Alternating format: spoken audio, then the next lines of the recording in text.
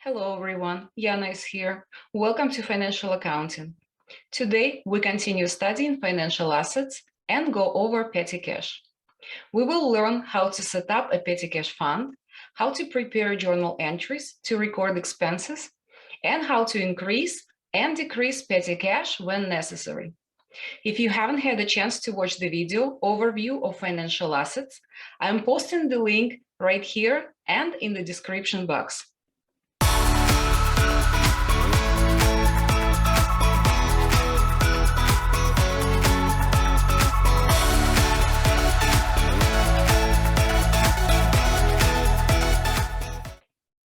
Sometimes a quick disbursement is required for an immediate need. Going through the approval process necessary to have a check prepared is time-consuming. Therefore, companies usually keep a petty cash amount on hand for small immediate needs. First, let's review definitions. Petty cash or a petty cash fund is a small amount of money available for paying small expenses without writing a check. Petty cash is also the title of the general ledger account that reports the amount of the company's petty cash. Petty cash is a current asset account and reported together with cash and cash equivalents on the company's balance sheet. The amount of petty cash varies by company and depends on the company's needs. The expenses are recorded in the company's general ledger expense accounts when the petty cash on hand is replenished. Petty cash custodian is an employee appointed to operate, safeguard, and make disbursements from an individual petty cash fund. Replenishing the petty cash fund means that the petty cash custodian requests and receives cash from the company's checking account in an exact amount that returns the cash on hand to the amount shown in the general ledger account petty cash. The amount usually equals the total of receipts for the period. An Imprest petty cash system means that the general ledger account petty cash will remain dormant at a constant amount.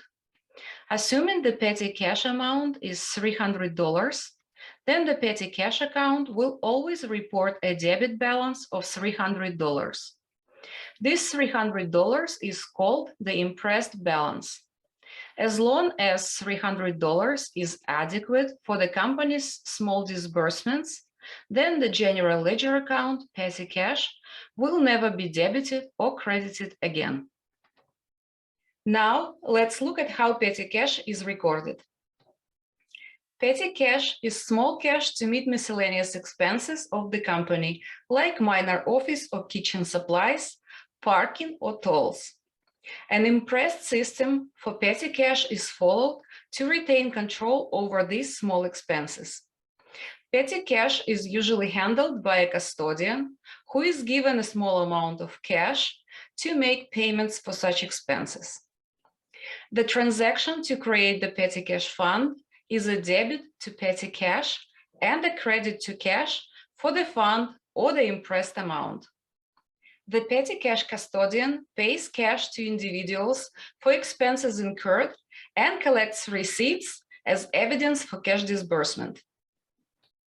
When the petty cash fund gets depleted, the custodian submits a report that lists all reimbursed expenses together with the receipts and makes a request for more funds. The cashier prepares a journal entry to debit each expense account, like office supplies or auto expenses, and credit cash. Excess or shortage in the fund can occur due to errors, like lost receipts, wrong change given, or overpayment of expenses. Such excesses or shortages are recorded in an account called cash over and short. If the cash is short, it means that the total of an expenses, together with the cash balance in the fund, is less than the Imprest amount. In such a case, cash over and short is debited for the short amount. On the other hand, if the total of the expenses, together with the cash balance in the fund, is more than the Imprest amount, Then cash over and short is credited with the excess cash. Cash over and short balance is shown in the income statement as other expenses or revenue, depending on whether there is an excess or shortage of cash. After the entry to record the expenses and differences, if any, is made, the custodian receives a company check to replenish the fund for the amount cash is credited for. After the petty cash fund is established, entries made to the petty cash account are only to increase or decrease the fund balance. If the amount of cash in petty cash fund is excessive, it is reduced by debiting cash and crediting petty cash. To increase the fund balance, we debit petty cash and credit cash. We are provided with financial information from a sample company which has established a petty cash fund of $300 on December 1st. A summary of petty cash expenses is provided. Let's prepare the journal entries to record these transactions. Step 1 is to record a $300 transfer of funds to petty cash. To set up the petty cash fund, we will debit petty cash for $300 and credit cash for the same amount. Step 2 is to collect all receipts that were reimbursed and request funds to replenish the petty cash fund. Step 3 is to receive a check to replenish the petty cash fund. On December 30th, when the custodian prepares the summary of all expenses, we debit each expense and credit cash. In this case, supplies expense for $40, postage expense for $55, and auto expense for $72 will be debited. The total of these expenses is $167. When the custodian counted cash on December 30th, the balance was $132. Cash should be credited for $168, which is the petty cash fund of $300, less the December 30th balance of $132. Comparing the debits and credits, we can see that cash is short by $1, which is $168 minus the actual total expenses of $167. This shortage could be due to overpayment of an expense or a lost receipt. To record this, we will debit cash over and short for $1. We need to ensure we maintain adequate internal control over petty cash because petty cash is easy to steal. According to the report to the nations for 2020, issued by the Association of Certified Fraud Examiners, the number of cases in the cash on hand category for 2020 was 10% of all asset misappropriation cases.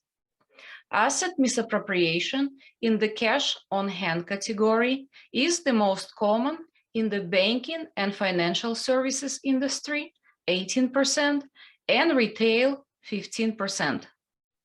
It is the most often committed by employees in the administrative support, 18%, and finance, accounting, and executive and upper management, 12% each. Let's look at a couple of suggested controls. You could eliminate petty cash entirely and replace it with corporate credit cards or an employee reimbursement system. Corporate credit cards, however, come with their own set of issues, such as unauthorized purchases or not submitting receipts and expense reports on time. Another way to better control cash is to reduce the number of petty cash boxes being used. Companies should also limit individual petty cash transactions to a maximum amount and require all other reimbursements to be processed through accounts payable. It can also be helpful to reduce excess cash balances. Ideally, each petty cash box should be drawn down entirely about once a month. Some types of transactions should be processed by the company's accounts payable to make them more visible to management. Examples are employee advances and reimbursements of parking tickets. Companies might also consider bolting the petty cash box into a drawer or using a locked cash drawers to avoid the entire petty cash box being stolen. Companies should ensure that petty cash plus receipts equal the total authorized amount for a petty cash box. It is recommended to use unscheduled audits to ensure this. Petty cash custodians should receive appropriate training on how to use petty cash. It is also helpful to place a petty cash policy in the petty cash box. Write all petty cash receipts in ink so that they cannot be modified. Another good control is to check for duplicate receipts. Thank you for watching this video. I hope you found it helpful. Don't forget to like and subscribe so you don't miss future videos. I will see you soon.